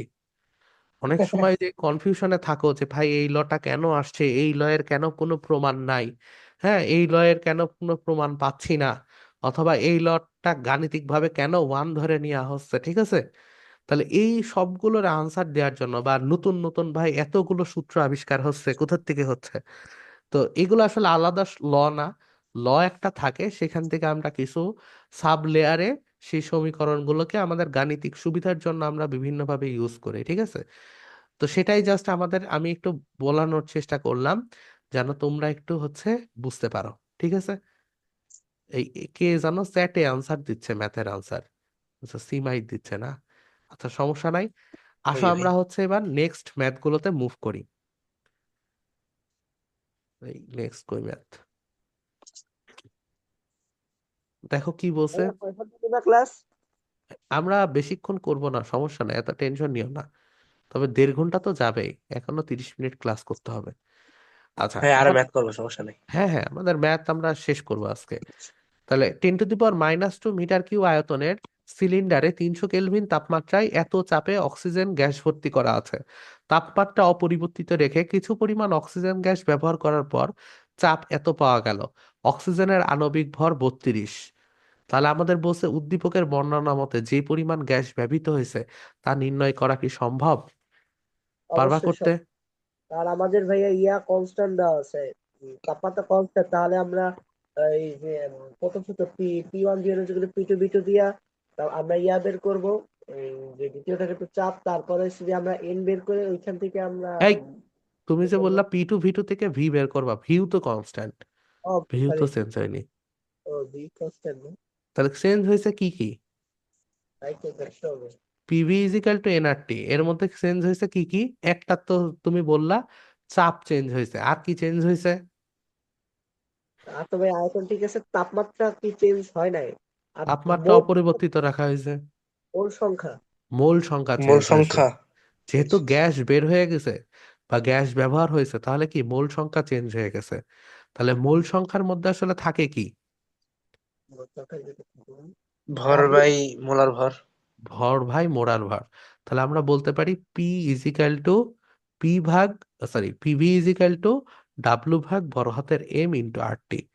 তাহলে ডাব্লুটাকে এই সাইডে নিয়ে আসো। তাহলে পি ভাগ ডাব্লু ইজিক্যাল টু কি হবে? আর টি ভাগ এম ইন্টু ভি। এই পুরো জিনিসই কনস্ট্যান্ট। তার মানে কি পি ভাগ ডাব্লু হচ্ছে কনস্ট্যান্ট। তার মানে কি হবে? P1 ভাগ ডাব্লু 1 ইজিক্যাল টু P2 ভাগ ডাব্লু 2। তোমাকে কি বের করতে বলছে বলো তো? ব্যবহৃত গ্যাসের পরিমাণ। ব্যবহৃত গ্যাস মানে কি? ডাব্লু 2টা একটু কম হবে না? ইয়েস ভাই। চাপ কমে গেছে, চাপ কমে গেছে মানে কি কিছু গ্যাস বের হয়ে গেছে, তাহলে ডাব্লু 2 কি কম হবে?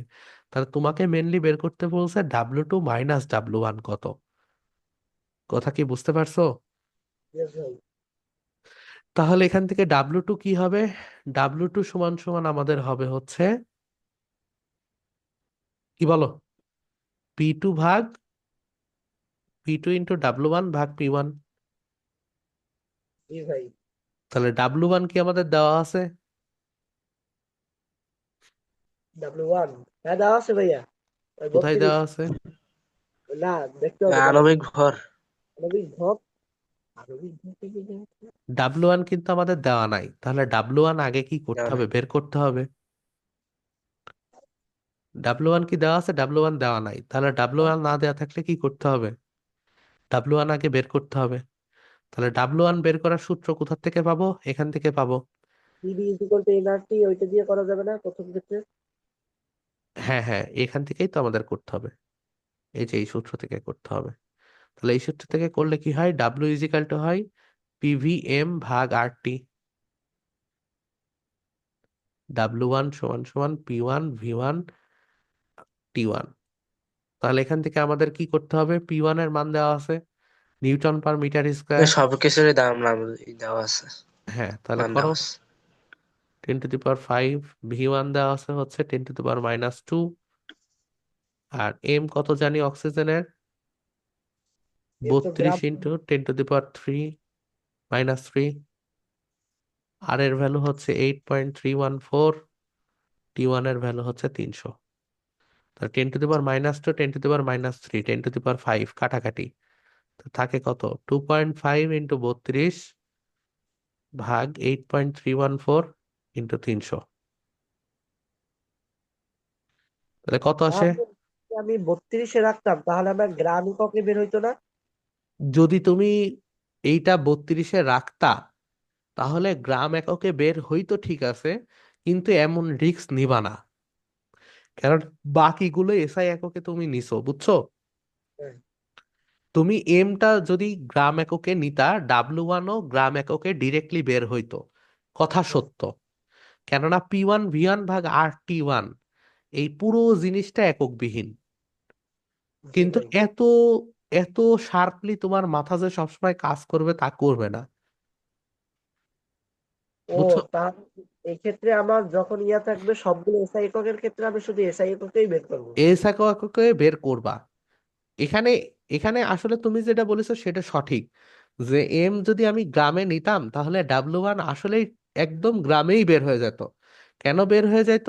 কেননা P1V1 ভাগ RT1 এই পুরো জিনিসটা এককবিহীন, মাত্রাবিহীন। তুমি একটু হিসাব করে দেখো, আসলে মাত্রাবিহীন। স্যার ওইখানে মিটার কিউব আর নিচে তো কাটাকাটি যায়, জুল পার মোল পার কেলভিন, ওইখান থেকে কেলভিন মোল যাবে, ইয়া কাটাকাটি যাবে, শেষ হয়ে যাবে। সবই কাটাকাটি যায় এখানে, ধরো এটা কি হবে? এটা ওই সেম মাত্রাবিহীন একটা সিস্টেমে যাবে। আর এম যেহেতু গ্রামে, ডাব্লিউ গ্রামে, সো গ্রাম গ্রাম, এটা দুইটা সেম হবে। কিন্তু সবসময় তোমার ব্রেন এত শার্পলি কাজ করবে না, সো এই রিস্ক নিবা না, ঠিক আছে? কেজিতে থাকলে তারপর গ্রামে কনভার্ট করা খুব বেশি কঠিন কিছু না, ঠিক আছে? তাহলে এখানে কত আসছে মান, W1 এর মান? ভাই 34.207 গ্রাম। 34 ভাই 32.07 গ্রাম। 32.07 গ্রাম, আচ্ছা লিখি, 32.07 গ্রাম। আর তাহলে W2 এর মান কত আসে? P2 ভাগ P1 মানে কত, আড়াই ভাগ, সরি 1.3 ভাগ 2.5 ইন্টু 32.07, তাহলে কত আসে? দেখিতে হচ্ছে।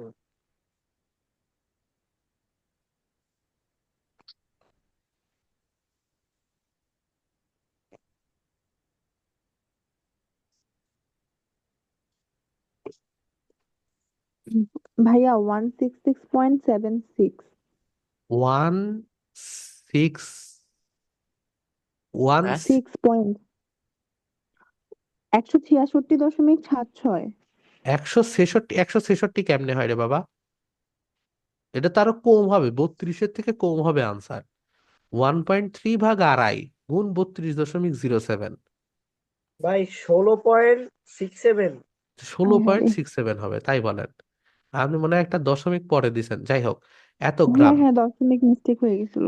তাহলে আমাদের ইউজ হয়েছে কতটুকু? W2, W1 - W2 অংশ ইউজ হয়েছে, তাই না? জি ভাই, এখন এটা বিয়োগ করতে হবে তাই। তাহলে বিয়োগ করে কত আসে?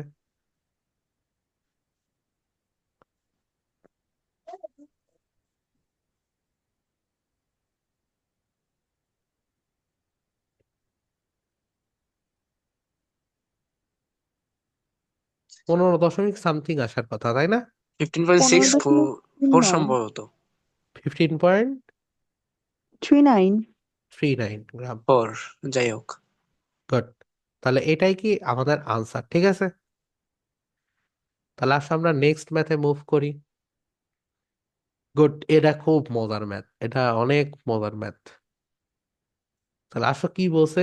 বলছে স্থির তাপমাত্রায় 5.1 লিটার বায়ুপূর্ণ একটা বেলুনকে 40 মিটার গভীর পানির তলদেশে নেওয়ায় বেলুনটি 1.1 লিটার আয়তন ধারণ করে।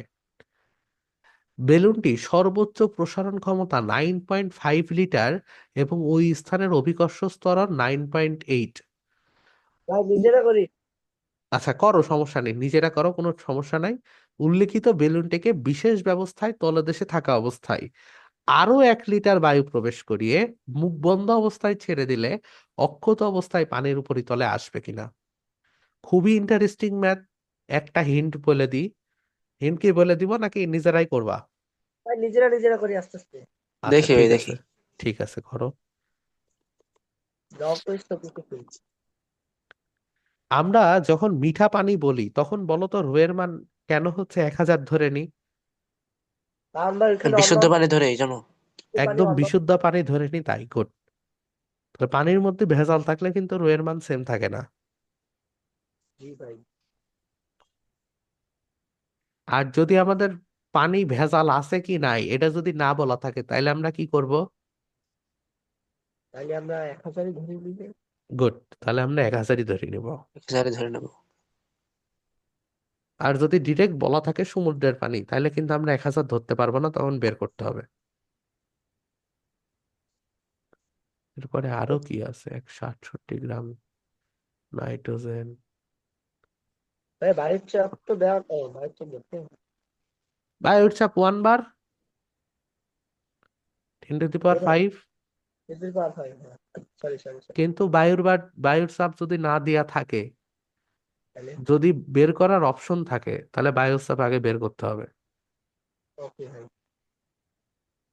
এখানে তো বায়ুর চাপ বের করার অপশন আছে। দেখে নিন।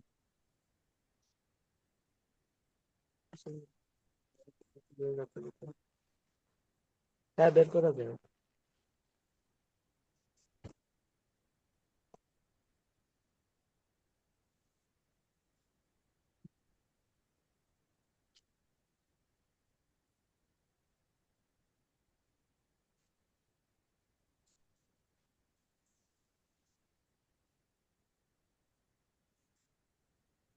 বেলুনের সর্বোচ্চ প্রসারণ ক্ষমতা মানে হচ্ছে বেলুনের একটা ইলাস্টিক লিমিট থাকে, যেই আয়তন বের করা। পর্যন্ত সে কি হতে পারে, প্রসারণ হতে পারে।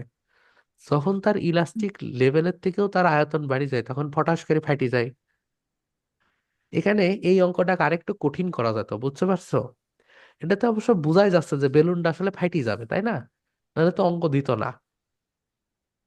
ভাইয়া কিন্তু ভি এর মানটা কি হচ্ছে 10.24 এরকম আসবে? 10.24 হতে পারে, এরকম আশেপাশে হওয়ার সম্ভাবনা আছে। তবে এত বেশিও হওয়ার কথা না। 10.24 মানে তো ভালো বেশি। আপনি আরেকটু দেখেন, আপনি এখানে চাপের মান কত ধরছেন? ভাইয়া আবার এখানে চাপের মান 1 অ্যাটমসফিয়ার। 1 অ্যাটমসফিয়ার আর ধরলে তার কি হবে? 1 অ্যাটমসফিয়ার তো ধরলে হবে না। ভাইয়া আবার চাপ বের হয়েছে। কিন্তু এটাকে তো পরে প্যাসকেলে কনভার্ট করেছি। প্যাসকেলে কনভার্ট করেন। বায়ুর স্বাভাবিক চাপ কত জানেন? 1 বার। এটা আমি পড়াইছিলাম ক্লাসে। 1 বার মানে কত? 10⁵ প্যাসকেল। 10⁵ আর 101 325, এদের মধ্যে পার্থক্য আছে। কত পার্থক্য আছে? 1325 প্যাসকেলের পার্থক্য আছে। সো এটা তো নাই। আর সেকেন্ড কথা হচ্ছে এটা তো নাই মানে আপনি 180ও বসাবেন না, 1 বারও বসাবেন না। দেখেন এখানে ফার্স্ট অংশ থেকে আপনার কিন্তু বায়ুর চাপ আপনি বের করতে পারবেন। এই পোর্শনটার তো একটা অবশ্যই কাজ আছে। এই হ্যাঁ ভাই। পোর্শনটার একটা কাজ আছে না? সেই কাজটা কি? এই পোর্শনটার কাজ হচ্ছে বায়ুর চাপটা আগে আপনি বের করেন, যে বায়ুর চাপ কত, P1 এর মান কত, তারপর সেটা দিয়ে আপনি পরের অঙ্কটা করেন। হ্যাঁ, এবার বলো মাসুম, কত বের হয়েছে? ভাইয়া 0.967 এটিএম। কি এটিএম বুঝিনি। ভাইয়া মানে প্রথমে আমি 27। চাপ বের করবো না, 0.967 এটিএম, মানে বায়ুমণ্ডলের চাপ। বায়ুমণ্ডলের চাপ তো তোমাকে বের করতে বলিনি। আচ্ছা ভাইয়া, ওইটা বের না করলে তো তো কি হবে? আচ্ছা মানে তুমি বের করছো ঠিক আছে, কিন্তু তারপর তো তারপরের পোর্শন করো। তারপরটা করতেছি। তারপরে কি বের করবা? তুমি বের করবা যে বেলুন উপরে গেলে কত আয়তন হবে, হ্যাঁ, ভি এর মানটা বের করো। জি ভাইয়া। আচ্ছা, আরেকটা কি আলোচনা করছিলাম ভুলে গেলাম। কি যেন একটা বলতে চাইছিলাম, ভুলে গেলাম। আচ্ছা ঠিক আছে, মনে পড়লে বলছি।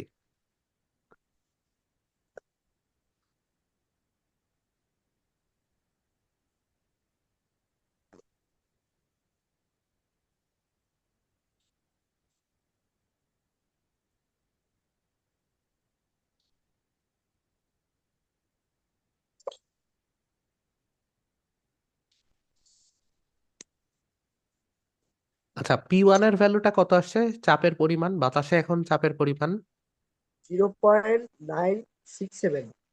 96767 এটিএম, তাই তো? জি ভাই, আপাতত। আচ্ছা, আমরা প্যাসকেলে একটু দেখি।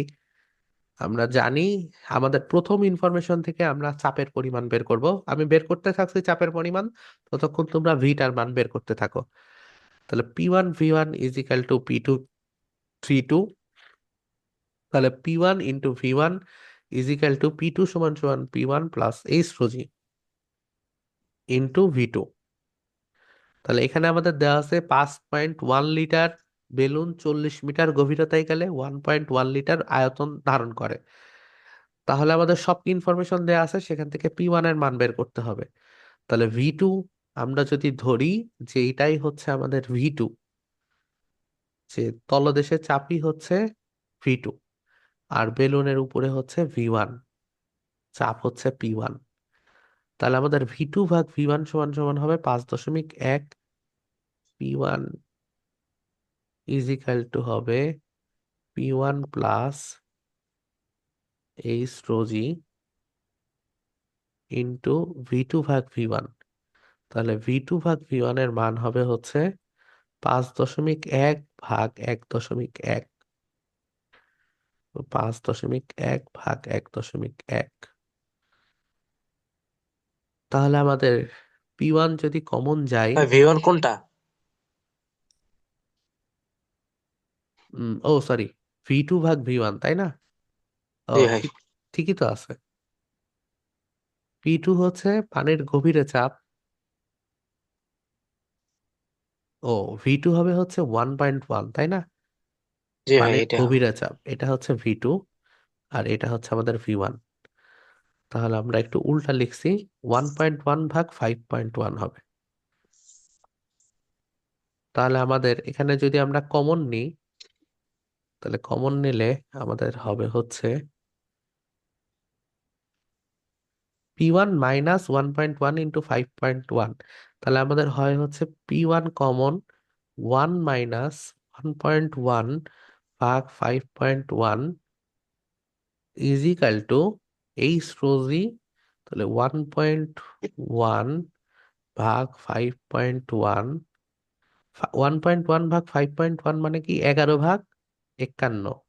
এইটা লিখি, তাহলে আরো দেখতে ভালো লাগবে। তাহলে 11 ইন্টু এইচ এর মান হচ্ছে 40 ইন্টু 4 × 10⁻³ ইন্টু 9.8 ভাগ 51।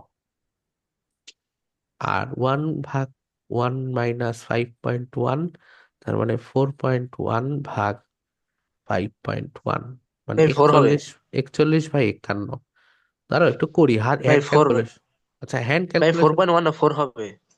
কোনটা 4 হবে?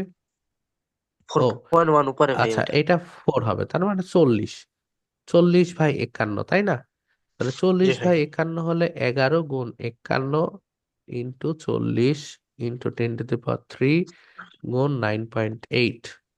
আর এখানে আছে হচ্ছে 51 × 40, রাইট? দেখা যায় ঠিক আছে না? তাহলে 40 40 কাটা, 51 51 কাটা, তাহলে থাকে কি 11 × 10⁻³ ইন্টু 9.8। তাহলে 9.8 ইন্টু 11 মান কত হয়?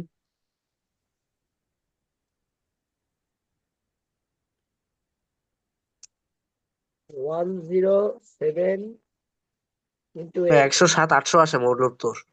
107 800, এত প্যাসকেল, তাই না? জি দেখো, ভাই।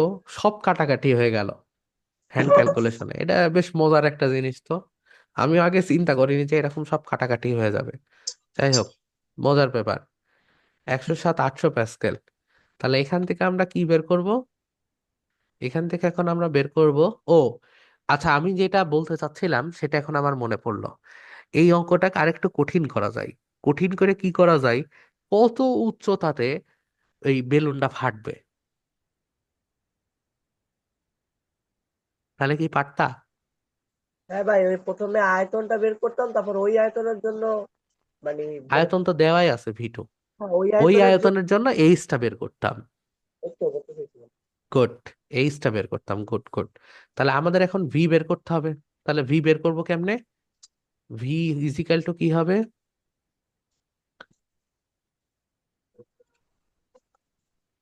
ভাই একই সূত্র কি অ্যাপ্লাই হবে? P2 ইজিক্যাল টু কি ছিল? P2 equal to n minus one into P1 ভাগ রোজি ছিল না? জি জি ভাই। ভাই। তাহলে n মাইনাস ওয়ান এর মান n মাইনাস ওয়ান এর মান কি হবে? P2 ইন্টু রোজি ভাগ P1, রাইট? আচ্ছা, P2 এর তো আবার মান বের করা গ্যাঞ্জাম, তাই না? এই সূত্র অ্যাপ্লাই না করে ডিরেক্টলি এই সূত্র অ্যাপ্লাই করতে গেলে আরো গ্যাঞ্জাম বাঁধবে, দরকার নাই। শর্টকাট করতে যায় আরো বড় P1 হয়ে প্লাস যাবে। এক্স রো দিয়ে P2 এর মান বের করব না? হ্যাঁ হ্যাঁ হ্যাঁ, ডিরেক্টলি সূত্র ইউজ করাটাই সুবিধাজনক মনে হয়। তাহলে আমাদের P1 ভাগ, তাহলে এখানে P1 V1 is equal two P2 V2, সেখান থেকে P1 এর মান অলরেডি আমরা জানি, P2 এর মান হবে হচ্ছে P1 প্লাস এইচ রোজি 40 মিটারের জন্যই, তাই তো? হ্যাঁ। Into V2। তাহলে এখান থেকে আমাদের V2 এর মান কত আদর্শ আসছে? গ্যাস। ভাই ফেটে যাবে ওই বা যে V1 এর মান কত আসছে? আরে বাইরে আগে করতে দে। না, আমি বললাম যে কত আসছে, মান কত আসছে? 1.76। 9.76। তাহলে 9.76 যদি বের হয় তাহলে ফেটে যাবে, তাই তো? ইয়েস ভাই। হ্যাঁ। ঠিক আছে। আচ্ছা, আসো নেক্সট ম্যাথে আমরা মুভ করি। ভাই আহ, প্রসারণ ক্ষমতাটা একটু বুঝিয়ে দেন। কোনটা? প্রসারণ ক্ষমতা 9.5 প্রসারণ মিটার। ক্ষমতা মানে আমি বললাম যে বেলুনের তো একটা ইলাস্টিক লিমিট থাকে। ইলাস্টিক লিমিটে যাওয়ার পর কি হয়, তার আয়তন যদি তার থেকেও বেড়ে ও, যায় তখন বেলুনটা ফেটে যায়। বুঝছি শুধুমাত্র বুঝছি বুঝছি বেলুনই বুঝছি। না, সিলিন্ডারেরও কিন্তু একটা নির্দিষ্ট ক্ষমতা থাকে। সিলিন্ডারের ক্ষমতা কিসের উপর ডিপেন্ড করে বলো তো? ইন্ডিয়ার খবর ধারকত্বের উপর। কিসের উপরে? মানে গ্যাস কতটুকু চাপ প্রয়োগ করবে সের উপর ওইটা। রাইট। বেলুনের ক্ষেত্রে কি চাপের উপর। আয়তন পরিবর্তন হয়, কিন্তু সিলিন্ডারের ক্ষেত্রে কি আয়তন পরিবর্তন হয়? না। না। আয়তন পরিবর্তন হয় না, চাপ পরিবর্তন হয়। তাহলে জি ভাই। সিলিন্ডারের সহ্য ক্ষমতা ডিপেন্ড করে কার উপরে? চাপের গ্যাসের উপরে। যে নির্দিষ্ট একটা চাপ পর্যন্ত সে সহ্য করতে পারবে, তারপর সে ফেটে যাবে। তাহলে জি নেক্সট ভাই। কি বলছে, 168 গ্রাম নাইট্রোজেনের গ্যাস ভর্তি একটি বেলুনকে সমুদ্রের তলে নিয়ে যাওয়ায়। আচ্ছা, এই হাবিজাবি অনেক কিছু, মেন কথা বলছে গ্যাসের গতিশক্তি, মানে জাস্ট টেম্পারেচার লাগবে, তাই না? তাহলে টেম্পারেচার দেওয়া আছে। এখন বলো দেখি এখানে যেটা বোঝার বিষয় সেটা হচ্ছে এখানে কোন সূত্র অ্যাপ্লাই করবা। ভাই একটি অনু দেওয়া আছে। একটা ও অনু দেয়া নাই। ও তাইলে তো ভাই আর হবে কে হবে না এখানে। তাহলে 3/2 RT সূত্র অ্যাপ্লাই করতে হবে। জি অর্থাৎ এর জি ভাই। মানেটা কি, যদি বলে শুধুমাত্র গ্যাসের গতিশক্তি বের করতে, তার মানে সেখানে আসলে কি বলা আছে? 1 মোল গ্যাসের গতিশক্তি বের করতে। এটা মানে কি 1 মোল গ্যাসের গতিশক্তি বের করা, ঠিক আছে? তাহলে অবশ্যই অবশ্যই 3/2 RT এই সূত্রে অ্যাপ্লাই করতে হবে। তাহলে এটা তোমরা পারবা, এটা আমি আর করে দিলাম না। গভীরতা, তাপমাত্রা পরিবর্তন করার সময় গভীরতা, সেই সময় কোন সূত্রে অ্যাপ্লাই করব আমরা? মাত্রা পরিবর্তনশীল গভীরতা ভাই ভাই এটা। P1V1/T1 = P2V2/T2। রাইট। তখন আমাদের সূত্র T1 সহ এক্সটেন্ডেড হবে, তাই না? তাহলে পি জি টু ভাই। ভি টু ভাগ T2। আর এখানে P2 কি হবে? ওই ওই বায়ুমণ্ডল। তলদেশে হ্যাঁ, তাহলে P2 হবে তলদেশে সে কি হবে? P1 প্লাস এক্স রোজি। এইচ রোজি ইন্টু V2/T2। তাহলে পারবা? জি ভাই পারবো। গুড। ইজি ভাই। তাহলে তারপর এইগুলো সব বাসায় বসে বসে করবা একটু, হ্যাঁ? আমি তো স্লাইড দিয়ে দিছি। আচ্ছা, তারপর আমাদের কি বলছে? M1 একটা গ্যাস আছে, CRMS বেগ দেয়া আছে যে 575, আর তাপমাত্রা দেয়া আছে ভাইয়া, T। জি জি জি বলেন। ভাই পারবো। আর কতক্ষণ ক্লাস করাবেন? মানে আমার অন্য ক্লাস শুরু হয়ে গেছে তো। আমরা এখনো আর 10-15 মিনিট ক্লাস করব। আচ্ছা, কি দেওয়া আছে? সিলিন্ডারে রক্ষিত গ্যাসের তাপমাত্রা নির্ণয় করো। তাহলে এই গ্যাসের তাপমাত্রা আমরা বের করব কি হিসাবে? CRMS দেওয়া সিআরএমএস আছে। বেগ দিয়ে। তাহলে √3RT ভাগ M পারা যাবে। ভাই এটা কেজিতে না এম। হ্যাঁ, অবশ্যই কেজিতে বসাইতে হবে, কেজিতে না বসালে তো হবে না। তাহলে পারবা? পারবো ভাই পারবো। আশা পারবো। করি ভাই পারবা। আসবে তখন গ্রামে ককে না। কিসে 1 গ্রাম এককে? মানে যখন সিআরএমএস ইকুয়াল টু √3 × KT/M ওটাতে নেন তখন। সব ক্ষেত্রেই, সব ক্ষেত্রেই হবে হচ্ছে এম আণবিক ভর আকারে।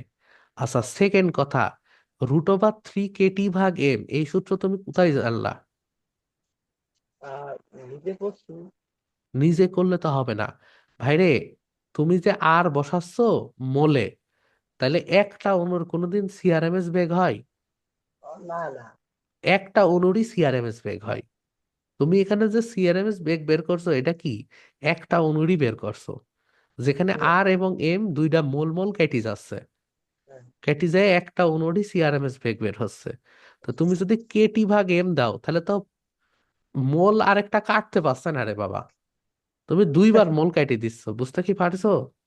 মোল দুইবার ভাগ দিয়ে দিচ্ছ। তো √3 kT/m এটা কোনো সূত্রের মধ্যে পড়ে না। আমার কথা কি বুঝতে পারছো? জি ভাই। আচ্ছা, দ্বিতীয় ক্ষেত্রে কি বলছে, কোন গ্যাসের গতিশক্তি বেশি? আমার মনে হয় এখানে একটু মিসিং আছে। ঠিক আছে, একটু দেখতে হবে, এটা মনে হয় একটু ইনফরমেশন মিসিং আছে। আচ্ছা আসো, তারপর আমাদের কি বলছে, কোন গ্যাস অণুর ব্যাস দেওয়া আছে, প্রতি ঘন সেন্টিমিটারে অণুর সংখ্যা দেওয়া আছে, স্বাভাবিক তাপমাত্রা এবং চাপে অণুগুলোর মূল গড় বর্গবেগ দেওয়া আছে, এনটিপিতে সিআরএমএস গ্যাসের ব্যাগটাও আছে। ঘনত্ব। হ্যাঁ, এনটিপিতে গ্যাসের ঘনত্ব বের করো। পারবা? ভাই এন বের করতে হবে না? ঘনত্ব বের করতে বলছে তো, বের করতে বলছে। বের করো দেখি, এটা একটু মাথা খাটাও দেখি।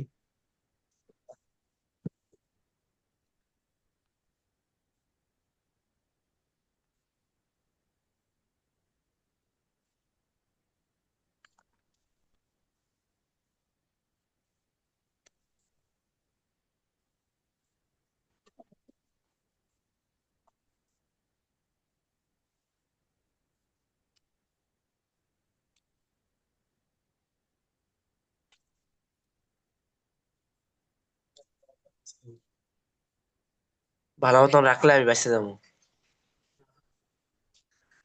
তাইলে হইছে। তোর এখন ভূমিকম্পের কথা মনে এই আছে? এই অঙ্ক করো।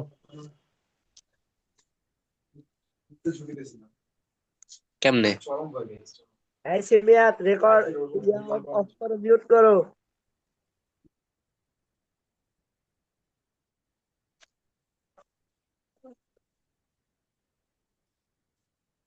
ভাইয়া এটা ক্লাস শেষে আমার কিছু অনুধাবন প্রশ্ন ভাই একটু বুঝাই দিও। আচ্ছা শিওর।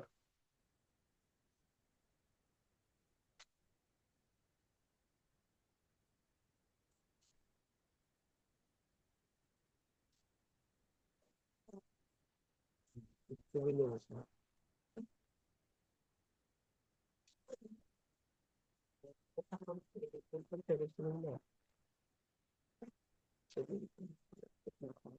তাহলে এটা কি করতে পারছো? আমার একটু করাই দাও, অনেক আয় করছিলাম তো খেলনা ক্ষেত্রে। তাহলে আমাদের কি বলছে, অণুর ব্যাস দেওয়া আছে তাই না? আচ্ছা, প্রথম জিনিস বলো দেখি, এনটিপি মানে কি? ATP natural temperature and pressure. তাহলে এখানে প্রেসার কত আর টেম্পারেচার কত? টেম্পারেচার তো হবে 273 আর প্রেসার হবে 101325। আমার মতে টেম্পারেচার কত হবে? 273 না? 273। এনটিপি মানে কি? ন্যাচারাল কি বললা? টেম্পারেচার প্রেসার ভাই 25 ডিগ্রি সেলসিয়াস তাপমাত্রা না? 25 ডিগ্রি মানে কত, 298 কেলভিন। এটা একই। জি ভাই। একই হলো, 298 আর 273 এক। আর প্রেসার কত, 1 atm। হ্যাঁ হ্যাঁ। তাহলে আমাদের এখানে দেখো, এখানে কোনটা দিয়ে করতে হবে? করতে হবে হচ্ছে সিআরএমএস বেগ দিয়ে। ঘনত্ব নির্ণয় করতে বলছে, সিআরএমএস বেগের সূত্রটাকে কি ঘনত্ব দিয়ে কনভার্ট করা যায় না? ও হ্যাঁ হ্যাঁ, খেলা হয়েছে। ইয়া দিয়া, হ্যাঁ। Three C RMS R T equal to P, এই যে √3p বাই থ্রি, এই আর টির জায়গায় আমরা কি লিখতে পারি, 1 মোলের ক্ষেত্রে আর পি। টির জায়গায় পিভি। আমরা পিভি লিখতে পারি। তার মানে পিভি জি ভাগ ভাই। এম। আর ভি ভাগ এম মানে কি, 1/ρ। তাহলে এখান থেকে আমরা কি লিখতে পারি, √3p/ρ। তাহলে আমাদের সিআরএমএস সমান সমান যদি হয় 3√3p/ρ, তাহলে এখান থেকে কি বের করতে হবে, রো এর মান। তার মানে রো এর মান কত হবে? রো এর মান হবে হচ্ছে কি হবে 3p ভাগ সিআরএমএস এর বেগ হোল স্কয়ার। জি ভাই। তাহলে 3 × p এর মান হচ্ছে কত 101 325। আর সি এর মান কত আছে ভাই 1.2। 500 স্কয়ার। তাহলে গ্যাসের ঘনত্ব কত বেরোচ্ছে 1.2 ওয়ান ভাই পয়েন্ট টু 1.2 1.2 একক কি KG per metre cube. KG per KG per MPM. Metre cube. শিরা। ঠিক আছে, জি ভাই। পারা গেছে। কেন যাবে মারা না? গেছে। তাহলে এবার করো উদ্দীপকের তথ্য থেকে প্রতি সেকেন্ডে সংঘটিত সংঘর্ষের ক্ষেত্রে সংঘর্ষের সংখ্যা কোন ক্ষেত্রে বেশি। এখানে কি দুইটা আলাদা আলাদা দেয়া আছে নাকি কেস? ও আচ্ছা, জি এখানে ভাই। আমাদের দুইটা পদ্ধতি বলতে বলছে না, ক্লসিয়াস এবং বোল্টজম্যানের সমীকরণের ভাই মনে তুলনা আছে। করতে বলছে। তাহলে বলো দেখি আমাদের সূত্রটা। ভাইয়া এন ভাই এন ইজ ক্লসিয়াস এর ক্ষেত্রে 1/n পাই সিগমা স্কয়ার, আর বোল্টজম্যানের ক্ষেত্রে মনে হয় খুব সম্ভবত 3/4 ইন্টু ওইটা। আমাদের হ্যাঁ, বোল্টজম্যান উপর আর নিচে 3, উপরে আচ্ছা 3 নিচে 4, নিচে আচ্ছা 4। শোনো, আমাদের এইটার সূত্র কি ছিল পাই সিগমা স্কয়ার, তাই না? ভাই ভাই ভাই পাই সিগমা স্কয়ার ইন্টু কি ছিল এন তো ছিল। ইয়া আর বোল্টজম্যানের ক্ষেত্রে আমাদের কি ছিল 4/3, 4/3 3/4। ছিল 3/4 ছিল। ভাই 3/4। তাহলে 3/4 ইন্টু 1 পাই সিগমা স্কয়ার ইন্টু এন ছিল, তাই তো? এন। করে বের করে দিতে পারি না? কি এটা দুইটা আমার তো একই জিনিসের জন্য, তাই আমি অনুপাত করে বের করে দিতে পারি না? অনুপাত করে বের করে দিতে পারি, তাই না? সেটা ঠিক আছে, তবে ঘ নাম্বার তো অনুপাত দিয়ে না করাটা বেটার। তা তো বোঝা যাচ্ছে যে 3/4 গুণ কি হবে ল্যামডার মান বেশি হবে। তো আমাদের যেহেতু সমীকরণ বের বের করতে বলছে, তুলনা করতে বলছে, তাই না? ভাই সংঘ ক্লসিয়াস এর ক্ষেত্রে বেশি হবে না? অবশ্যই। ক্লসিয়াস এর ক্ষেত্রে কি হবে, কি বেশি হবে, বেশি হবে। কি বেশি হবে? সংঘটিত সংঘর্ষের সংখ্যা প্রতিশত। সংঘর্ষের সংখ্যা বেশি হবে। ল্যামডা মানে কি? ল্যান্ডা মানে তো ভাই পথ। তরঙ্গ দৈর্ঘ্য। লব তরঙ্গ মানে সরি পথ। মুক্ত পথ পথ। মুক্ত পথ পথ এটাই কি বেশি হবে মুক্ত নাকি পথ। কম হবে? অবশ্যই কম হবে। কোনটায়? এটাই ক্লসিয়াসে। ভাই বেশি অবশ্যই। হবে। ক্লসিয়াসে মুক্ত পথ কি বেশি। বলে? কম হবে কয় কেন? না, মুক্ত পথ কম হবে বেশি। বলতে বোল্টজম্যানের সংঘর্ষ কম হবে না? আচ্ছা আচ্ছা, শোনো শোনো, মুক্ত পথ যেখানে বেশি সেখানে সংঘর্ষ বেশি নাকি কম? এখানে কম। ভালো কম করে ভাই কম। বলো দেখি। যাই না। মুক্ত পথ যদি বেশি হয় তাহলে সংঘর্ষ বেশি হয় নাকি কম হয়? ধরো কম মারামারি তো লাগছে ভাই অনেক কম পরে পরে, হয়। তাহলে সংঘর্ষ হয় জি ভাই কম। কম। সংঘর্ষ হবে জি কি ভাই মনে কম। পড়ছে। আর বোল্টজম্যানের ক্ষেত্রে কি হবে মুক্ত পথ কম আর বেশি। সংঘর্ষ হবে কি বেশি। বেশি। হয়েছে ভাই, দেখাই দিয়েছেন এটাই হল। তাহলে আমাদের এখানে কি করতে হবে, এখানে অবশ্যই অবশ্যই কি করতে হবে অঙ্কটা করে দেখাইতে হবে, বুঝছো? ল্যামডা সি এর ভ্যালু বের করবা, সব কি এসআই এককে নিয়ে। কি বের তাহলে করবো? পারবা না? হ্যাঁ, কোনো ভাই ব্যাপার ব্যাস কিন্তু। এখানে কোনো ভূমিকা রাখবে? কোনটা? ব্যাস এই একক অনুর না। ব্যাস এখানে ভূমিকা রাখবে? সিগমা ভাবা কেমনে রে বাবা, সিগমা ভাবা কেমনে, বুঝো নাই? সিগমা বের করার সুযোগ। সিগমা সিগমা মানেই ও কি, অনুর সিগমা ব্যাস। মানেই তো ব্যাস। সিগমাই তো অনুর ব্যাস। সিগমা মানে ও অনুর ব্যাস। লিখে আসছো। আচ্ছা একটা জিনিস বলো দেখি, সিগমা কোন এককে নিব? ভাই এটা মিটারে অবশ্যই, যেহেতু মিটার পার সেকেন্ড। কোনটা মিটার পার সেকেন্ড? এসআই এককে নেব। আচ্ছা শোনো, সিগমা যেই এককে নিবা দেখো পাই আর এন এই দুইটা কি? কোন পাই আর এন। পাই তো এককই নেব। পায়ের কিন্তু কোনো একক নাই এন না। আর এন মানে কি? এন মানে তো সংখ্যা, মোল। একটা অনুর সংখ্যা।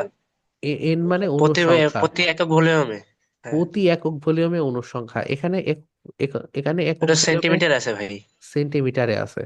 তাহলে তুমি যদি এই এন এর মান পার সেন্টিমিটার কিউবে নাও, আর অণুর ব্যাস নাও মিটারে, তাইলে কি গ্যাঞ্জাম বাঁধবে বুঝতে পারিছো? জি ভাই, বুঝতে পারছি। তাহলে হয় তোমাকে এখানে প্রতি ঘন সেন্টিমিটারে অণুর সংখ্যা যদি থাকে, তাহলে প্রতি ঘন মিটারে অণুর সংখ্যা কত হয়ে যাবে? 10⁻⁻6 গুণ হবে। 10⁻⁻6 গুণ হবে নাকি 10⁻6 গুণ হবে? ভাগ হবে না, 10⁻⁻6 ভাগ। তাই হয়, ঘন মিটারে, 1 ঘন মিটারে যদি অণুর সংখ্যা সামথিং থাকে, তাহলে প্রতি মিটারে সেটা যায়, প্রতি ঘন মিটারে সেটা কমে যায় না বাইরে যায়? কমে যায়। কমে যায়। একটুক আয়তনে যা অণুর সংখ্যা, আর এত বড় আয়তনে অণুর সংখ্যা বাড়বে নাকি কমবে? পারবে পারবে। বাড়বে না? হ্যাঁ, পারবে। তাহলে 1 সিসিতে যে অণুর সংখ্যা, 1 মিটার কিউবে অণুর সংখ্যা আরো বেশি হবে না? জি ভাই। ও, তাহলে এন এর মান এখানে কি হবে? 6 × 10⁻32 10⁻32 কি হবে per metre cube? Per metre cube. কথা কি বুঝতে পারছো? যদি সিগমা বসাও কিসে, সিগমা বসাও যদি 10⁻⁻10 এত মিটারে, তাহলে তোমার এখানে ল্যামডা সি এর মান কিসে আসবে? ল্যামডা সি এর মান এখানে আসবে কিসে? মিটারে। কথা কি বুঝতে পারছো? এই কথা কি বোঝা গেছে? আপাতত। ল্যামডা সি কিসে আসবে? ল্যামডা সি মিটারে আসবে তখনই যখন তুমি এইগুলো নিবা কিসে? মিটার, পার মিটার কিউবে, পার মিটারে। কেমনে? সিগমা স্কোয়ার মানে কি মিটার স্কোয়ার, আর এটা মানে কি পার মিটার কিউব। তাহলে সব মিলে 1/m থাকে না? 1/m−1, তার মানে সেটা আসে কি মিটারে। তো এখানে এন কিসে বসাচ্ছ, সিগমা কিসে বসাচ্ছ, খুব ইম্পর্টেন্ট। আর যদি সামহাও তুমি এইটা এন এর মান তুমি পার সেন্টিমিটার কিউবেই রাখতা, তাহলে তোমাকে এই ব্যাস কিসে নিতে হতো? সেন্টিমিটার। সেন্টিমিটারে। তাহলে ব্যাসও তোমাকে নিতে হতো কিসে? সেন্টিমিটারে। তাহলে তোমার কি হইতো? 3 × 10⁻⁻⁸ -8। -8 সেন্টিমিটার, রাইট? এবং তাহলে জি তোমার ভাই, ল্যামডা সি কিসে বেরোইতো? সেন্টিমিটারে। তাহলে ল্যামডা সিও বেরোতো সেন্টিমিটারে। কথা কি বোঝা গেছে নাকি বোঝা যায়নি? পদার্থ। এটা খুব ইম্পর্টেন্ট জিনিস, এই জিনিস সবাই মিস্টেক করবে। কথা কি বুঝছো? জি ভাই। এই জিনিস সবাই মিস্টেক করবে, একক সবাই মিস্টেক করবে। তাহলে এককে অবশ্যই অবশ্যই অতিরিক্ত গুরুত্ব দিতে হবে। তারপর আমাদের কি বলছে? এ এবং বি পাত্রে একটির মধ্যে নাইট্রোজেন গ্যাস আছে, অপরটিতে অজানা গ্যাস আছে। তাহলে পাত্র একের সবকিছু দেওয়া আছে, পি দেওয়া আছে, সিআরএমএস দেওয়া আছে, ভি দেওয়া আছে, এন দেওয়া আছে। আবার এইটার ক্ষেত্রেও এইসব হাবিজাবি জিনিসপত্র দেওয়া আছে। এখন আমাদের বলছে কোন পাত্রে জানা গ্যাস আছে, এটা বের করবো আমরা কেমনে বলো দেখি। ভাইয়া, যেহেতু ভাইয়া আমার এখানে নাইট্রোজেন গ্যাস দেওয়া আছে, দ্বিতীয় পাত্রের ক্ষেত্রে আমার দেখবো যে ওই নাইট্রোজেন গ্যাসের একই পরিমাণ সংখ্যা বেরোইতেছে কিনা, তাহলে বুঝবো দুইটার ভিতরে একই গ্যাস আছে। আণবিক বুঝিনি। ভর, আণবিক ভর সেম বের করবো। রাইট, আণবিক ভর আমরা বের করব, তাহলে যে কোনো ভাবে হোক আমাদের কি বের করতে হবে? আণবিক আণবিক ভর ভর। বের করতে হবে। তাহলে যদি আমাদের নাইট্রোজেন গ্যাস যেটাতে আছে সেখানে আণবিক ভর কত বের হবে? 28 বের হবে। আর যেটাই 28 বেরোবে না সেটা কি? অজানা গ্যাস। তাহলে এখন বলো আণবিক ভর আমরা এখান থেকে বের করব কুই হিসেবে, কিভাবে বের করব? CRMS equal to 3 × RT/m। তাহলে আমরা সিআরএমএস এর সূত্র দিয়ে বের করব, রাইট? জি তাহলে ভাই। এখানে আর টি, টি কি দেয়া আছে যে তুমি টি বের করবা? ভাই, ভাই পিভি বলো। তো আছে। পিভি দেয়া আছে। তাহলে আমরা কি ইউজ করব? CRMS √3 PV/m। পারা যাবে? জি জি ভাই, ভাই, করা যাবে, যাবে। খুবই তাহলে সহজ। একটা M1 বের করবা আর একটা M2 বের করবা, তারপর তুলনা করবা। জি ভাই। ঠিক আছে? এখন করবো। এই এটা তোমরা বাসাতে করবা, এখন করার দরকার নাই। আচ্ছা, তারপর কি বলছে? শেষ গড় বর্গবেগের বর্গমূল মান কত? সিয়ামের আরএমএস কত? তাহলে সিআরএমএস কত এখানে শর্ত আমাদের বের করতে কি বলছে? নির্দিষ্ট তাপমাত্রায় কোনো অক্সিজেন গ্যাসের অণুর গড় বর্গবেগ বর্গমূলের মান দেওয়া আছে, মানে সিআরএমএস বেগের মান দেওয়া আছে। ঘনত্ব পরিবর্তন না করে গ্যাসকে এমন ভাবে ঠান্ডা করা হলো যেন এর চাপ অর্ধেক হয়। তাহলে এখন সিআরএমএস বেগের মান কত পারবা? তাহলে ভাইয়া যেহেতু চাপ অর্ধেক, তা আমার আয়তন যদি ইয়া করা থাকে, তাহলে ভাই আমরা ওই ধ্রুবক অনুসারে যে আমরা এখন পারবো ভাই, পারবো। রুট ওভার থ্রি ধ্রুবক রো এর এই সূত্র না? আচ্ছা, আমাদের তাহলে সূত্রটা কি? সিআরএমএস ধ্রুবক ইজ ইকাল টু √3p ভাগ রো, রাইট? আচ্ছা, ও একটা কথা বলছিল আয়তনের কথা, যেহেতু বললো, বলো দেখি এই গ্যাসের ক্ষেত্রে আয়তন কি চেঞ্জ হয়েছে? না কি করে বুঝলে আয়তন চেঞ্জ হয়নি? ভাই, পাত্র তো একই। পাত্র পাত্রই শুধু না, ঘনত্বের চেঞ্জ না মানেই ঘনত্বের কিন্তু পরিবর্তন আয়তন হয়। চেঞ্জ না। জি। ঘনত্বের চেঞ্জ না মানেই কি আয়তনের চেঞ্জ না। কথা কি বুঝতে পারছো নাকি বুঝো নাই? বুঝছি। বুঝছো? তাহলে আমাদের এখান থেকে সূত্রটা কি আসে?